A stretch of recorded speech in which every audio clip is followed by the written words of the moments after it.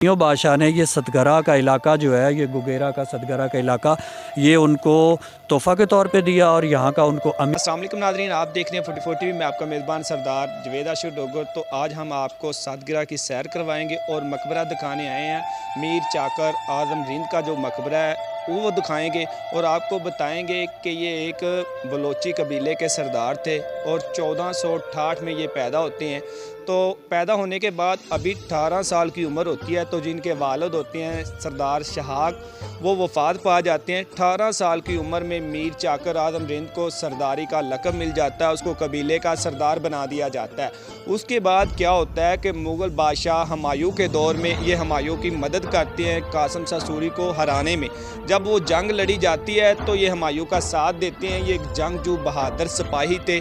तो जब ये जंग जीत जाते हैं, मुग़ल बादशाह जंग जीत जाते हैं, तो मुग़ल बादशाह क्या करते हैं, मीर चाकर आज़म रिंद को जो यानी कि सतगरा का इलाका है, ये गिफ्ट में अतिया कर देते हैं, नाम दे देते हैं। जब ये इलाका उनको नाम में दिया जाता है तो उसके बाद इसको महल नमा यानी कि एक महल नमा इस शहर को आबाद करते हैं। और यहाँ पर बैठकर जिस जगह पर हम मौजूद हैं, ये मकबरा है उसका, यहाँ पर वो दफन है। यहाँ पर ये बैठकर अपने यानी कि जो इनके बलोच ख़ानदान थे उनके फ़ैसले किया करते थे। यहाँ पर इनको सरदार मुंतखब कर लिया जाता है। जब चाकर मीर आज़म रिंद को सरदार मुंतखब कर लिया जाता है तो अपनी ज़िंदगी के 97 साल यहाँ पर गुजारते हैं। और 19 यानी कि 97 साल गुजारने के बाद 1565 में इस दुनिया फ़ानी से रुखसत हो जाते हैं। जब 1565 में यहाँ से रुखसत होते हैं तो उनका यहाँ पर मकबरा बना दिया जाता है। मुगलिया दौर में यह मकबरा बनाया गया। अगर मेरा कैमरा मैन दिखा सके तो यहाँ पर पुरानी ईंटें मौजूद है और पुरानी ईंटों से ये मकबरा तमीर किया गया। किसकी तरीक़ के बारे में वो क्या जानते हैं? अस्सलाम वालेकुम। वालेकुम अस्सलाम, बिस्मिल्लाहिर्रहमानिर्रहीम।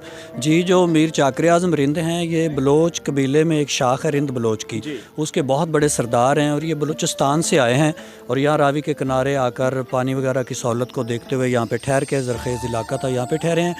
तो जो थे हमारे हुमायूं बादशाह मुगलिया ख़ानदान के, उन्होंने शेरशाह सूरी से जब शिकस्त खाई तो वो चंद साथियों के साथ यहाँ से फिर फ़रार होते हुए वो अफ़गानिस्तान चले गए। अफ़गानिस्तान जाकर उन्होंने क़याम किया। वहाँ पे उन्होंने अपने कुछ कबाइल के साथ मुलाकातें की, कुछ लोगों के साथ, कुछ लश्कर इकट्ठा किया। जब उन्होंने सुना कि यहाँ पे एक मीर चाकर आज़म रिंद नाम के सिपह सलार ठहरे हुए हैं, जो बहादुर और जर्रार आदमी हैं और इंतहाई अच्छे किस्म के बंदे हैं, तो उन्होंने इनसे रब्ता किया कि चूँकि मेरी बादशाही सुल्तनत छिन गई है हिंदुस्तान की, तो मैं चाहता हूँ उसे वापस लेना, तो आप क्या मेरे साथ तावन करेंगे? तो मीर चाकर आज़म रिंद ने अपने 40,000 के नौजवान बलोच लश्कर के साथ उनको तावन की यकीन दहानी कराई। जिसके बाद फिर हुमायूं ने वहाँ से मतलब अपना काफ़िला रवाना किया और यहाँ मीर चाकर आज़म के पास आकर ठहरे और मीर चाकर आज़म ने फिर उनका साथ दिया और दिल्ली के ऊपर कब्ज़ा किया। जब दिल्ली के ऊपर कब्ज़ा किया तो शेरशाह सूरी को शिकस्त फास हुई और उसके बाद उन्होंने हुमायूं बादशाह को दिल्ली के तख्त पर बैठाया और आप वहाँ ख़ुद यहाँ पे ठहरे जब वापस। तो हुमायूं बादशाह ने ये सतगरा का इलाका जो है, ये गुगेरा का सतगरा का इलाका, ये उनको तोहफ़ा के तौर पे दिया और यहाँ का उनको अमीर मुकर्रर किया और ख़ुद मुख्तियार मुकर्रर किया। और उसके बाद मीर चाकर आज़म रिंद अपने कबीले के साथ यहाँ पे रहश पजीर हुए और ये इलाका उन्होंने अमन का गवारा बनाया और बड़े अच्छे और इंतहाई मजहबी रहनुमा थे और इस्लाम के बेहतरीन बेटे और सिपहसालार थे। माशाल्लाह जी, देखा नाज़रीन, हमारे पास अहले इलाका के लोग मौजूद थे। उनका कहना है कि जो मीर चाकर आज़म रिंद था एक बहादुर सिपह सलार था और उसने हुमायूं बादशाह जो मुगलिया दौर का बादशाह था उसका साथ दिया और कासिम सूरी को यानी कि जंग में हार दी। हारने के बाद जब हुमायूं मुग़ल बादशाह जंग जीत जाते हैं तो वो चाकर आज़म रिंद को ये